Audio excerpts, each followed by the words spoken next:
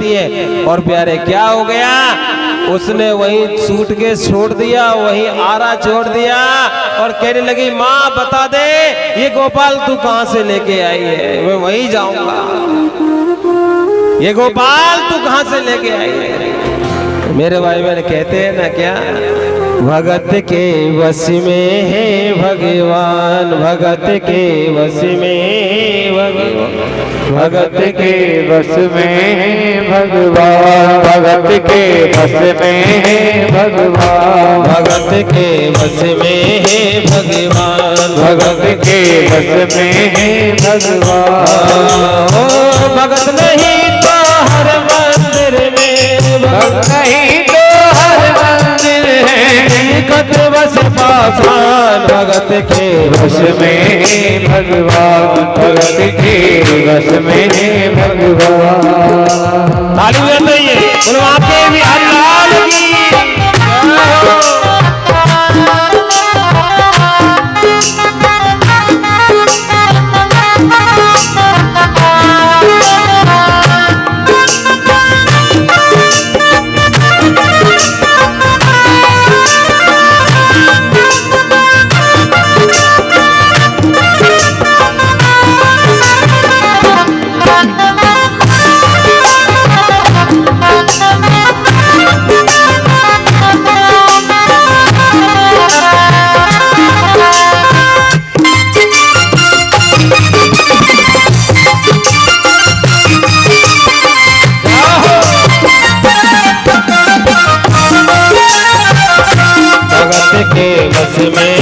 भगवान, भगत के वश में है भगवान। हो भगत बिना तो कुछ भी नहीं है, भगत बिना तो कुछ भी नहीं है, भगत बिना तो कुछ भी नहीं है, भगत बिना तो कुछ भी नहीं है, भक्त है सखी जान, भगत के वश में है भगवान, भगत के वश में है भगवान, भगत के वश में है भगवान, भगत के वश में है भगवान। क्या है, भगत के वश में है भगवान।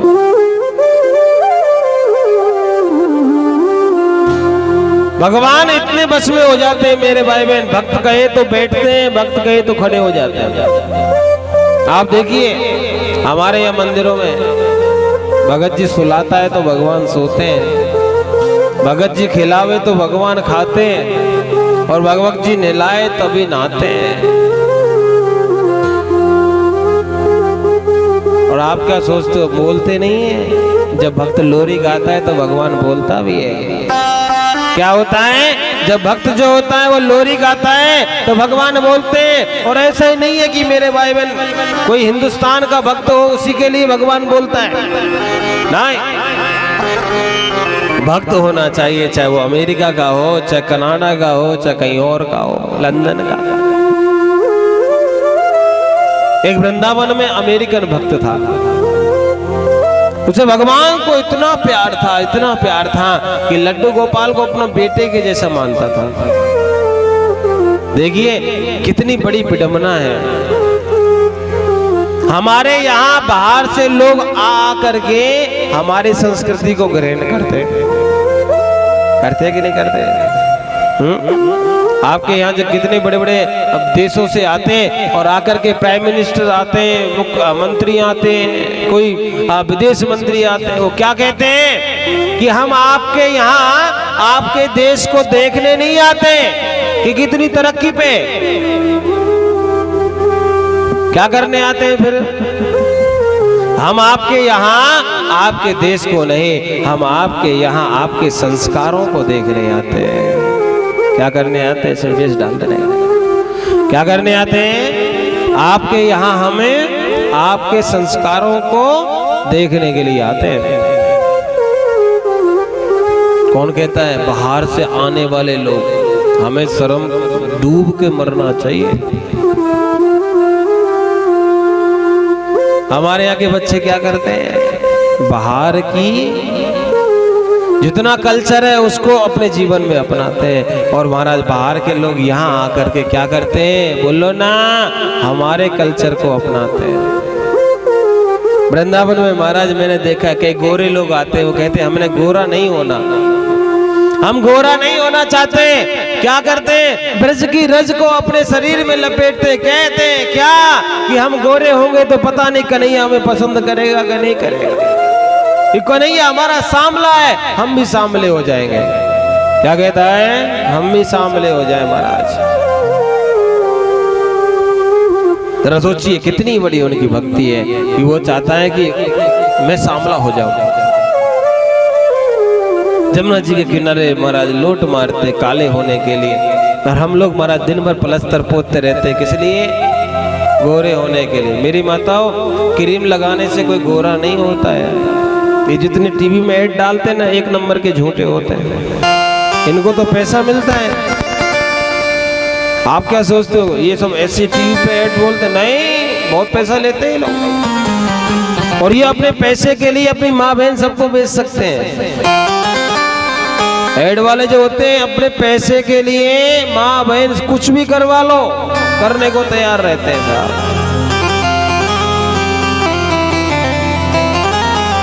लेकिन पैसा चाहिए भाई।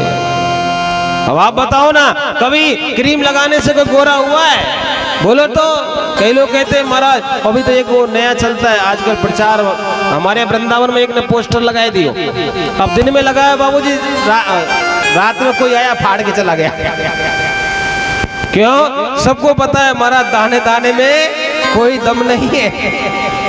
दम किसमें, घी दूध में दम है। घी दूध खाओगे तो दम भी आएगी, और महाराज चकाचक जीवन भी बहुत बढ़िया से रहेगा। महाराज कहते हैं दाने दाने में केसर का, क्या केसर में, कहते एक बार लगाओ फिर हो जाओगे, लवली हो जाओगे, काहे तो है। और भैया यदि होता हो तो आप ऐसा करना, मैं आपको एक बहुत बड़ा एग्जाम्पल देता हूँ। 1-8 किलो लेके आना डिब्बा लवली का, 1-8 बड़ा किलो डिब्बा लेके आना, और आसपास कोई आपके यहाँ भैंस होए, उसको लगाना, 1 साल लगाना, 5 साल लगाना, गोरी नहीं होएगी। क्यों, क्योंकि महाराज क्रीम लगाने से गोरा नहीं होता है। गोरा कैसे होता है, संस्कारों की क्रीम लगा लो, आप गोरे हो जाओगे। क्या हो जाओगे, संस्कारों की क्रीम लगा लो, गोरे हो जाओगे। ऐसे चमकोगे कि महाराज लोग भी आपको देख देख के कहेंगे हम ऐसे ही बनेंगे। लोग कहेंगे कि हम ऐसे बनना चाहते हैं महाराज। आपके यहाँ जया किशोरी जी आती है कि नहीं आती, कई बार आई है 15 सेक्टर में। अब उनको कोई देखता है ना तो वो सब यही सोचते हैं कि हम भी ऐसे बनते हैं।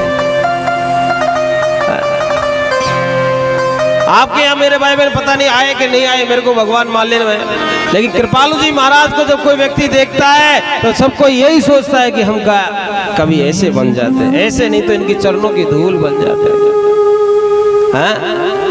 क्यों, क्योंकि महाराज उनके यहाँ संस्कारों की क्रीम थी। कैसी क्रीम थी, उनको जानकारी थी कि हमारे यहाँ जो बालक आने वाले हैं, पूर्वज, हमारे जो बच्चे आएंगे, जो हमारी अगली पीढ़ी आने वाली है, उनके लिए कुछ ऐसी धरोहर छोड़ के जाना चाहिए जो जीवन भर तक के लिए अमिट हो जाए। क्या छोड़ा, बोलो तो, प्रेम मंदिर बना दिया। कौन कौन देखा है प्रेम मंदिर? लगता है ना कि महाराज बिहारी जी यहाँ पर रहते हैं, ऐसा लगता है वहां जाने के, शाम को जाओ तो प्यारे ऐसे लगता है वृंदावन में बैठे हैं, मानो आसपास कन्हैया घूम रहा है। हमारे पास पैसा होता है तो हम लोग मेरे भाई बहन गाड़ी घोड़ा मकान दुकान ये सब खरीदते हैं, लेकिन संत महात्माओं के पास पैसा आता है तो वो मंदिर बनाते हैं, धर्मशाला बनाते हैं, कुएं खुदवाते हैं, धर्म का काम करते हैं, भंडारा चलवाते हैं, वृद्ध माताओं की सेवा करते हैं, और यदि कोई दिख जाए गरीब आदमी तो महाराज उसकी भी सेवा कर देते हैं। हम आप लोग महाराज थोड़ा थोड़ा सा करके जो देते हैं ना, ये संत महात्मा को देते रहना चाहिए। मैं अपने लिए नहीं कहता, अब देना नहीं देना वो तो आपकी बात है, लेकिन जब भी कभी मौका पड़े और आपको लगे कि महाराज यहाँ जरूरत है तो क्यों? हमारे 2-2 रुपए देने से आपके यहाँ तो कोई कमी नहीं आ सकती है, लेकिन वो धीरे धीरे बहुत इकट्ठा हो जाता है, उससे कोई कोई अच्छे अच्छे काम हो जाता है। अभी यहाँ देखिए, कई व्यक्ति ऐसे होते हैं जिनके यहाँ विवाह नहीं होता है, हाँ? जिनके पास पैसा नहीं है कि बच्ची का वो विवाह कर दे, लड़कियों का विवाह कर दे भाई, क्योंकि आजकल विवाह करने का मतलब कम से कम 5 लाख रुपए चाहिए, गरीब से गरीब बेटी का विवाह किसी के पास नहीं होता। तो क्या करना चाहिए कि हमें लगे कि महाराज यहाँ ठीक है, कोई गरीब बेटी का विवाह हो रहा है, सेवा कर दीजिए भाई। हम कहते हैं आप 5 दोगे तो 5000 आपको अपने आप कहीं न कहीं से व्यवस्था करेगा ठाकुर।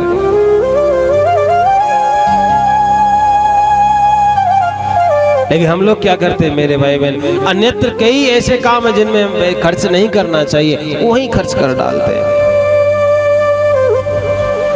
हमारे संस्कार कहते हैं कि हमारे घर पर आया हुआ कोई भी व्यक्ति या कोई भी महाराज जीव क्यों ना हो, वो वापस खाली नहीं जाना चाहिए। क्या नहीं होना चाहिए? वो वापस नहीं जाना चाहिए खाली। क्यों? क्योंकि खाली जाएगा तो प्यारे हमारे सुकृतों को लेके चला जाएगा, हमारे सुकृत समाप्त हो जाएंगे। एक संत ने कहा है क्या कि तुलसिया संसार में सबसे मिलिए धाय, ना जाने किस रूप में नारायण मिल जाए। पता नहीं किस रूप में भगवान आए और हम चूक जाएं, और हम चूकते हैं। ऐसे बहुत लोग हो जाते हैं, वो चूक जाते हैं साहब। एक गरीब बुढ़िया थी महाराज, ब्रज में ही रहती थी, उसके कर्म तो बड़े अच्छे थे, लेकिन यहाँ आकर के वो लोभी हो गई। संपत्ति की कोई कमी नहीं भगवान की कृपा से, क्या संपत्ति की कोई कमी नहीं। लेकिन कोई घर पे आता तो उसको क्या करती, कभी एक दाना, कभी भी एक दाना अन्न का उसने दान नहीं किया। भोलेनाथ की तो बहुत बड़ी भक्त थी, सुबह से शाम तक ओम नमः शिवाय, ओम नमः शिवाय, श्री शिवाय नमस्तुभ्यम, ओम नमः शिवाय, हाँ, ओम बागेश्वराय, ओम भूतेश्वराय, ओम लिंगेश्वराय, ओम विश्वेश्वराय, खूब मंत्रों का जाप करती, लेकिन दान का काम नहीं करती। देखो भाई, मंत्र जाप करो, भगवान का कीर्तन करो, उतना ही जरूरी है कि जितना हो सके हम उसको दान करना चाहिए। अब आप सोचोगे कि महाराज दान कैसे करना चाहिए? आपको परमात्मा ने अन्न दिया है तो उस अन्न में से थोड़ा बहुत दान करना चाहिए। आपके यहाँ हरियाणा में तो बड़ी अच्छी परंपरा है, अब थोड़े भूलते जा रहे हैं, लेकिन अभी भी महाराज मैंने कई गांवों में देखा है। क्या देखा है कि महाराज जब फसल होती है उसमें से 5 किलो नाज मंदिर के लिए आज भी निकालते हैं। पहला 5 किलो नाज मंदिर का होता है। क्या होता है? पहला नाज मंदिर का होता है, आज भी मैंने देखा है भाई। हम लोग कथा करने जाते हैं तो कई माताएं लेके आते, कहते बाबा ये हमने पहले निकाल के रखा था, ये भंडारे में लगा देना। हम कहते मैया नाज को कहाँ करेंगे, नाज कहाँ ले जाएंगे, भंडारे में पूरी भी ना बने नाज की तो। वो कहते ये बात की चिंता मत करो, पिसवा हम देंगे। वो महाराज नाज 5-5 किलो नाज से कई बोरी नाज हो जाता है। अब वो ट्रैक्टर वाले आते हैं, पीस करके महाराज भंडारा हो जाता है। अनाज का दान कर दिया भगवान ने, अनाज भी नहीं दिया तो कपड़े होते हैं हमारे पास जो यूज नहीं आते, कई कपड़े ऐसे होते हैं ना हम यूज नहीं कर पाते तो किसी को देते। कहीं आपके अंधों की जो पाठशालाएं होती हैं वहां दे दीजिए, कहीं कुछ होता है वहां दे दीजिए। अन्न का दान भी दान हुआ करता है मेरी बताओ। दूसरा सबसे बड़ा दान होता है समाज में बोली का, जबान का। कभी किसी को गाली नहीं देना चाहिए। कहते ना ऐसी वाणी बोलिए मन का आपा खोए, और अनखूं शीतल करे, अरे आप शीतल हो। ऐसी वाणी बोलो ना भाई जो किसी को लगे नहीं। क्या पता तुम्हारी मीठी वाणी से सामने वाले का हृदय द्रवित हो जाए। वाणी का भी दान करना चाहिए, ऐसी अच्छी अच्छी वाणी बोलिए। भाई कोई गाली दे रहा है, ठीक है तुम गाली देते रहो, हमें कोई मतलब नहीं, निकल जाओ वहां से। आपने देखा होगा नेता होते हैं ना, जो आपके यहाँ नेता जो होते हैं क्या करते हैं, किसी को गाली नहीं देते। क्यों? उनको पता होता गाली दिया तो वोट नहीं मिलेगा। हाँ? हाथ जोड़ते हैं महाराज। अरे वो चाहे तो सामने वाले को प्रत्युत्तर दे सकते हैं, लेकिन नहीं देते। क्या? क्योंकि जानते हैं कि महाराज ये जो वाणी ही है जो आदमी को प्रसिद्धि दिल अर्थ में डाल देती है। आपकी वाणी यदि सरस है, सरल है, सहज है तो प्यारे आपको बहुत लोग पसंद करेंगे। और यदि आपकी वाणी अच्छी नहीं है ना माँ, तो आपको कोई, आपका परिवार का भी लोग पसंद नहीं करेगा। परिवार का व्यक्ति भी तब पसंद करता है कि हम उसको अच्छी वाणी से बोलते हैं भाई। तो वाणी का भी दान करना चाहिए समाज में, कभी किसी को बेकार में बात नहीं करना चाहिए। और सबसे बड़ा दान होता है गौ दान, गौ दान करना चाहिए। जीवन में चाहे कभी भी मौका मिले, जब भगवान आपको दे मौका, तब एक गाय जरूर दान करना चाहिए अपनी लाइफ में। जीते जी कर जाओ, मरने के बाद तो कोई करेगा कि नहीं करेगा, कोई भरोसा है? कोई भरोसा थोड़ी है। मरने के बाद कोई भरोसा नहीं होता। बेटा करेगा कि नहीं करेगा, कोई भरोसा नहीं है साहब। एक गाय, और गाय भी ऐसी वैसी नहीं, कईयों को हम देखते सब गौदान करते हैं ना, बड़ी मजबूरी में करते हैं लोग। ऐसी गाय ढूंढेंगे जो महाराज ने तो दूध देती हो और बोलो ने 2-4 साल में वो बच्चा दे। गाय देखो तो कपिला गाय देनी चाहिए, अच्छा कोई बछड़ा हो उसके नीचे, और महाराज वो दूध भी दे। और ब्राह्मण जिसको दो ना, उससे कह दो कि भैया बेचोगे नहीं। यदि तुमने बेचा तो आप हमको फोन करोगे। क्या? क्योंकि महाराज उसने बेच दिया, उसने फिर उसने बेच दिया, उसने फिर उसने बेच दिया, और वो गाय कसाई तक पहुंच गई। और वो जो कटती है ना, तो प्यारे पाप ब्राह्मण को नहीं लगता, दान करने वाले को लगता है। क्या लगता है? दान करने वाले को लगता है। आपके यहाँ गाय बहुत रोड पे घूमती है साहब, थैलियां खाने के लिए घूम रही है आज।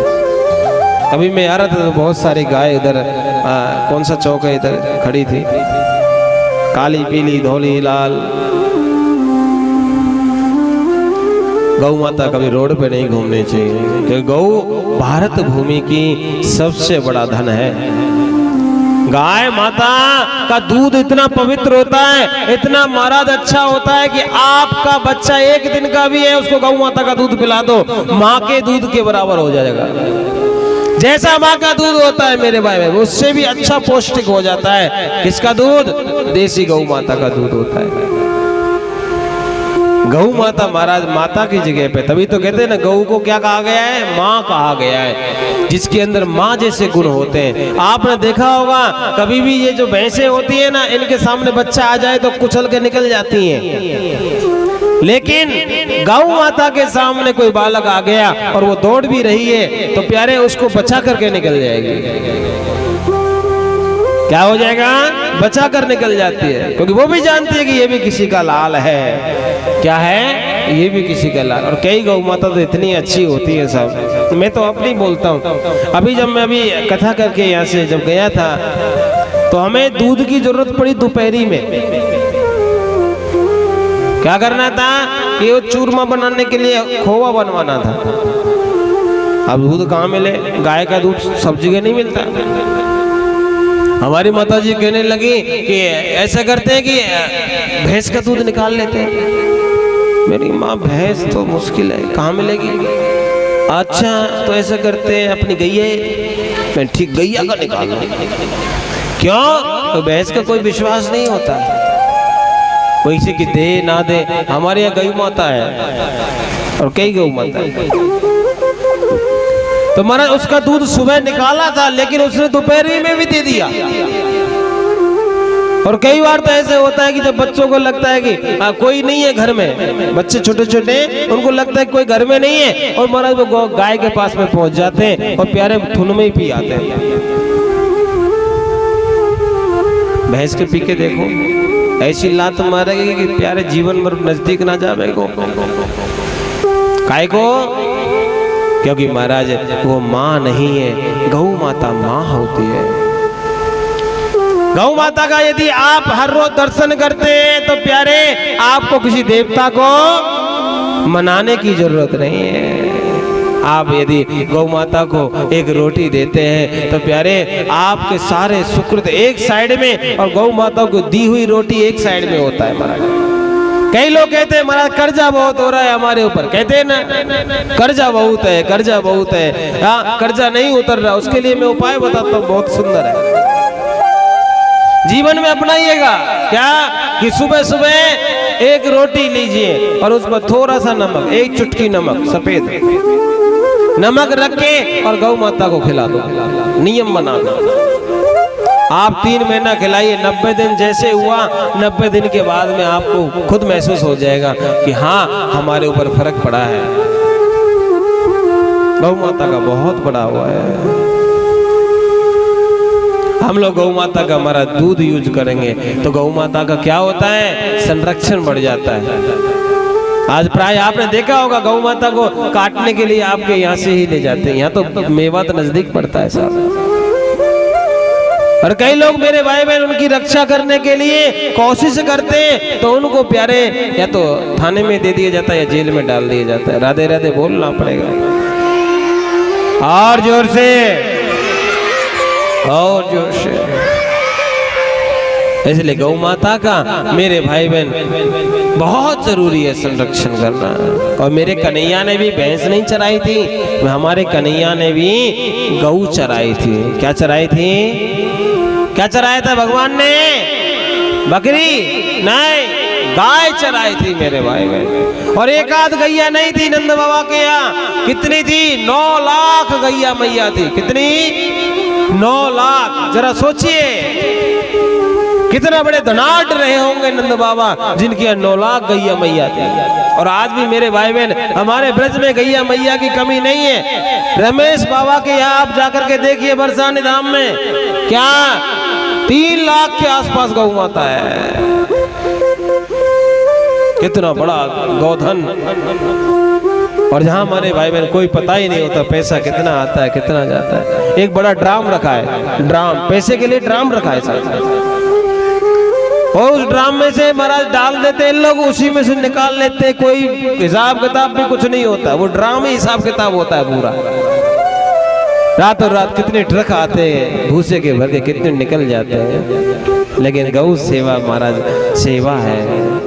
गौ सेवा क्या है? सेवा है। हम लोग भूल गए हैं। इसलिए प्यारे जीवन में एक ना एक दिन क्या अपने जीवन में एक बार गौ दान जरूर करना चाहिए। और महाराज सबसे बड़ा दान गौ दान से भी बड़ा होता है कन्यादान। क्या होता है मेरी माँ? सबसे बड़ा दान गौ माता से भी बड़ा कन्यादान होता है। जिसने जीवन में एक बार कन्यादान नहीं किया उसका जीवन मानो केवल पानी के बुलबुले के समान है, जो पैदा तो हुआ लेकिन पता नहीं कैसे मिट गया है। या फिर महाराज उस मेंढक के जैसे जो कुएं में जन्म लेता है, कुएं में घूम जाता है और घूम करके मर जाता है, लेकिन वो दुनिया में कुछ नहीं कर पाता है। एक बार जीवन में कन्यादान करना चाहिए। जिस प्रकार से हमें हो जाए उस प्रकार से करते चले जाओ मेरे भाई बहन। मैंने ऐसा कोई व्यक्ति नहीं सुना जिसने दान किया हो और वो गरीब हुआ हो। ऐसा कोई हो तो हमें भी बताना, हम उसकी कथा में एक बार बोला करेंगे भैया दान मत किया करो। दान करने से अमुक व्यक्ति अशोक विहार फेस 3 से गरीब हुआ है, लोगों को पता भी लगेगा। हो सकता है गिनीज बुक में भी लग जाए। आपके लिए मैं उदाहरण दे सकता हूँ कितने की जिन्होंने किया है भगवान के लिए, उसको कितना मिला है। नरसिंह जी महाराज, हाँ जी नरसिंह मेहता, जिनकी दादी माई कहती थी पता नहीं ये क्या करेगा, जीवन में कुछ करेगा कि नहीं करेगा, क्योंकि लकवा के मरीज थे नरसिंह जी। लेकिन फिर भी कहते ना, जिस पर भगवान की कृपा हो, जहाँ पर कृपा राम की होई ता पर कृपा करे सब कोई। राम की कृपा जिस पर होती है, प्यारे संत महात्मा भी उस पर कृपा कर देते हैं। एक महात्मा आए, उन्होंने हाथ रखा, ऐसे दबाया और लकुआ पता नहीं कहाँ चला गया और कहा, माँ तेरा जो ये पोता है ना, ये बहुत बड़ा भगत होगा भगवान का, और इसके कारण से आप देखना सारे जगत में सब लोग महाराज भक्तों को बहुत इज्जत देंगे। और वही नरसिंह मेरे भाई बहन जब थोड़े जवान हुए, शादी हुई, तो बड़े भाई ने उससे बहुत बड़ी बेईमानी करी। क्या करी? उसके लिए संपत्ति नहीं दिया, और दिया भी तो थोड़ा बहुत दे करके मेरे भाई बहन उसको भगा दिया। लेकिन कहते हैं ना, जब भगवान की कृपा हो तो प्यारे 1 से 1000 बनने में टाइम नहीं लगता है। नरसिंह जी की पत्नी और दोनों मेरे भाई बहन इतने अच्छे सद्गुण थे कि कोई कभी खाली हाथ नहीं जाता घर से। क्या हुआ? जो बड़ा भाई था उससे भी कई गुना ज्यादा धन हो गया उसके पास। लेकिन एक समय आया जब देवी जी चली गई। क्या हुआ? देवी जी चली गई, बच्चों का शादी विवाह हो गया। तो प्यारे क्या नरसिंह जी ने देखा कोई नहीं है मेरे आगे पीछे, क्या किया? संतों की सेवा ले ली, और संतों की सेवा में अपना जीवन से कमाया गया सारा धन उसी में लगा दिया, संतों की सेवा में लगा दिया। हाँ, तो महाराज कीर्तन होता है, लोगों में भक्तों का नाम पड़ गया, नरसिंह भगत। क्या पड़ गया? भगत पड़ गया। और देखिए इस संसार में बहुत अच्छी बात है, कलयुग में तो महाराज भगत कहलवाना बहुत इजी है। आप थोड़ा सा कोई धर्म का काम कर दीजिए 10-5 बार, महाराज आप पूरे ही अपने एरिया में प्रसिद्ध हो जाओगे। यदि कथा होगी तो महाराज वो भगत जी है महाराज जी, उसके पास जाओ, वो आपकी सेवा करेंगे। आप मंदिर चले जाओ, जिसकी नजर में 4-6 बार पड़ गए तो आप भगतानी है जाओगे। तो कलयुग में बड़ा जल्दी है भगत बनना, पहले तो बहुत कर्म करने पड़ते तब जाके भगत बनते थे। नरसिंह जी महाराज कीर्तन करते हैं और महाराज बढ़िया से तानपूरा बजाते हैं और बजा करके भगवान को रिझाते हैं। और ठाकुर भी कितने अच्छे, जब जब नरसिंह बुलाते हैं तब तब भगवान आ जाते हैं। क्या होते हैं? जब जब नरसिंह बुलाते हैं तब तब भगवान पहुंच जाते हैं मेरे भाई भाई। लेकिन ये दुनिया है ना, ये इंसान से प्रेम नहीं करती, ये इंसान की दौलत से प्रेम करती है। आपने देखा होगा, यदि आपको इज्जत मिलती है ना, आप याद रखना वो आपको नहीं मिलती है। किसको मिलती है? वो आपकी कमाई को मिलती है, पैसे को मिलती है, आपकी धन दौलत को मिलती है, आपके खजाने माल मकान को मिलती है। गरीब को कोई इज्जत नहीं देता, साहब बैठने में नहीं देता बगल में। ये संसार इज्जत देगा तो प्यारे किसको देता है? माया को इज्जत देता है। देखिए भगवान कभी माया को इज्जत नहीं देता, भगवान तो प्यारे अपने भक्तों को इज्जत देता है, भक्ति को इज्जत देता है।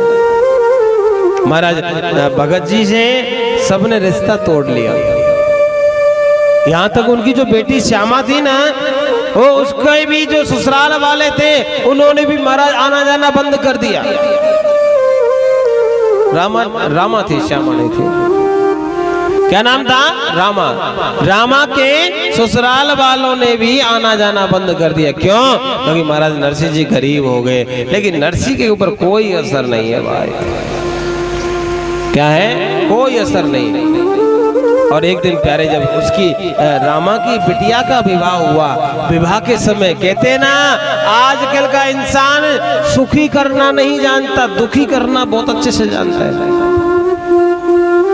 ससुर जी ने कहा, अरे हमारे बहुत बड़े सेठ हैं। कौन? नरसिंह जी। उनके यहाँ बहुत अच्छी चिट्ठी भिजवाओ बात के लिए। किसके लिए? बात के लिए, बात भरने के लिए आएगा। रामा ने सुना मेरा पिताजी बहुत गरीब है, ये लोग मेरे पिताजी के लिए पता नहीं क्या क्या करने वाले हैं। महाराज 1 नहीं 2 नहीं, पूरे उस समय बताते हैं कि 2,25,00,000 के आसपास का भात की चिट्ठी बनाई थी। जरा सोचो, नेकाद खर्रा ना हो जी, लम्बो पूरो।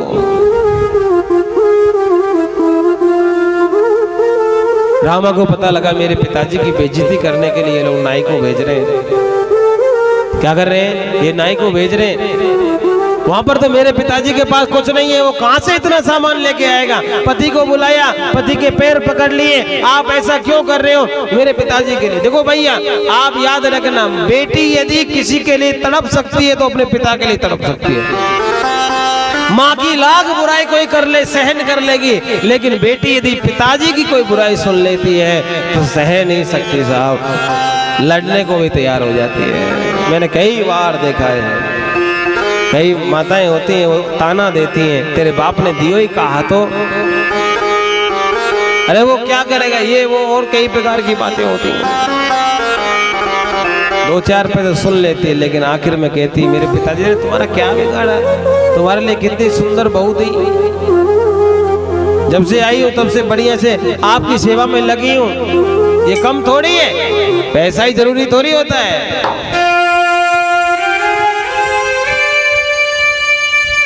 नरसिंह जी के यहाँ नाई भेज दिए चिट्ठी लेके। अब लोगों से पूछ रहा है कि महाराज नरसिंह जी कहाँ मिलेंगे। अब मेरे भाई बहन आपको जानकारी देना चाहूंगा, नरसिंह जी मंदिर में रहा करते थे, सावरिया के मंदिर में रहते थे मेरे भाई बहन। पहुंचने के बाद में मेरे भाई बहन जैसे ही पहुंचे तो नरसिंह जी ने मंदिर में उनको बिठाया। नाई ने ऊपर नीचे देखा, समझ गया कि इसके पास में कुछ नहीं है। क्या नहीं है? इसके पास में कुछ नहीं है। अब जैसे नरसिंह जी ने उसको कहा, अरे भैया एक बात बताओ, आप इतनी दूर से आए हो, भूख लगी होगी। अब नाई क्या कहे भाई, उसने कहा बाबा भूख तो लगी है, लेकिन मेरे को नहीं लगता कि आप कुछ खिला पाओगे। अरे नहीं ऐसी बात नहीं है, मैं आपके लिए अभी तैयारी करता हूँ, लेकिन कैसे आना हुआ बताओ। उसने कहा सब तारो चिट्ठी आई है। अब महाराज उसने चिट्ठी को कहा कि किसकी चिट्ठी है। उसने कहा आपकी बेटी रामा के यहाँ शादी है, उसके लिए भात का आपको पर्चा भेजा है। नरसिंह कहने लगा देखो भाई मेरे पास तो इतना कुछ नहीं, लेकिन हाँ आप सामरिया के चरणों में रख दो, वो ही इसका भात भरेगा। क्यों? क्योंकि वो इसका भाई है। कौन है? वो इसका भाई है, वो अपने आप संभाल लेगा। और महाराज चिट्ठी रखवा दी और कहने लगा आप जाना नहीं, मैं आपको भोजन प्रसादी की व्यवस्था करता हूँ। अब नाई कह रहा है कि जाए नहीं महाराज, कुछ मिलना है ना, भोजन की भूख लग रही है, बड़े जोर से चूहे कूद रहे पेट में, अब नहीं मिलेगा तो क्या होगा। उसने कहा नहीं थोड़ी देर आप रुको। उसने कहा ठीक है। और महाराज नाई वहां पर सो गया। अब नरसिंह जी आप सोच रहे हो कि महाराज बाजार को गए होंगे मिठाई लेने के लिए, नहीं। नरसिंह जी गए तुरंत दौड़ करके खेत में, वहां पर पालक उग रहा था। क्या उग रहा था मेरी माँ? पालक। पालक को तोड़ के ले आए, बथुए को तोड़ के ले आए और ला करके उसी के पड़ोस में उसका एक मित्र था, उसकी घरवाली को कहा बहन एक काम करो, इस पालक को सिद्ध कर दो और सिद्ध करके थोड़ा सा इसको पीस करके दे दो। मेरे यहाँ मेरी बेटी के ससुराल से कोई नाई आया है, मुझे उसके यहाँ खिलाने के लिए कोई रसोई देनी है। बताओ पालक की क्या रसोई होगी साहब। लेकिन कहते हैं जिसका कोई नहीं होता उसका, बोलो ना, परमात्मा होता है। क्या होता है? परमात्मा होता है। नरसिंह जी का जाना हुआ, इधर भगवान का छटपटाना हो गया। द्वारका में भगवान छटपटाने लगे। रुक्मणी से कहे रुक्मणी, ए रुक्मणी, रुक्मणी क्या बात है प्रभु आज क्यों चिल्ला रहे हो? अरे जल्दी से पकवान तैयार करो। क्या करना है? अरे तुमको पता नहीं है हमारी बहन के यहाँ से कोई चिट्ठी लेकर के आया है, उसकी स्वागत करना है, उसको भोजन करवाना है। अच्छा तो रुक्मणी भी महाराज बड़ी अच्छी है। क्या किया? पीतल की थाली नहीं ली, कांसे की भी नहीं ली, चांदी की भी नहीं ली, स्टील की तो बात ही नहीं, उस समय था ही नहीं। किसकी थाली ली फिर? सोने की थाली। सोने की बहुत बड़ी थाली और बड़ी छोटी छोटी कटोरियां जिसमें 56 प्रकार की भोजन। कितनी कटोरी रही होंगी? 56 कटोरी। बढ़िया चकाचक। एक पंजाबियों को पंजाब में मिलता है, लुधियाना साइड में, इतना बड़ा गिलास भोजन लेकर के महाराज दुशाला से वो जो ढकने वाला कपड़ा होता है उसमें ढका और कहा कि चलो देवी जी चलते हैं, स्वागत करके आते हैं। नरसिंह जी गए और पीछे से भगवान जी पहुंच गए। नाई सो रहा है महाराज, थक गया था और सोते सोते नाई को जगाया। कहने लगे खवाजी जगो, ए ठाकुर साहब जगिए। नाई एकदम झटपटा के खड़ा हुआ। हाँ जी बताइए। अरे नरसिंह जी का मुनीम हूं मैं। क्या नाम है? सामरिया मेरा नाम है, नरसिंह जी का मुनीम हूँ। नरसिंह जी के यहाँ आप पधारे हो तो मेरे को बताया उन्होंने कि आपको भूख लगी है, मैं आपके लिए भोजन लेकर के आया हूँ, आप खड़े हो जाओ, पकवान खाओ। और महाराज पकवान से ऐसी सुगंधी निकल रही थी कि नाई की जो भूख थी डबल हो गई। कितनी हो गई? दुगनी। नाई एकदम छटपटा के खड़ा हुआ। महाराज किधर है, कहाँ है?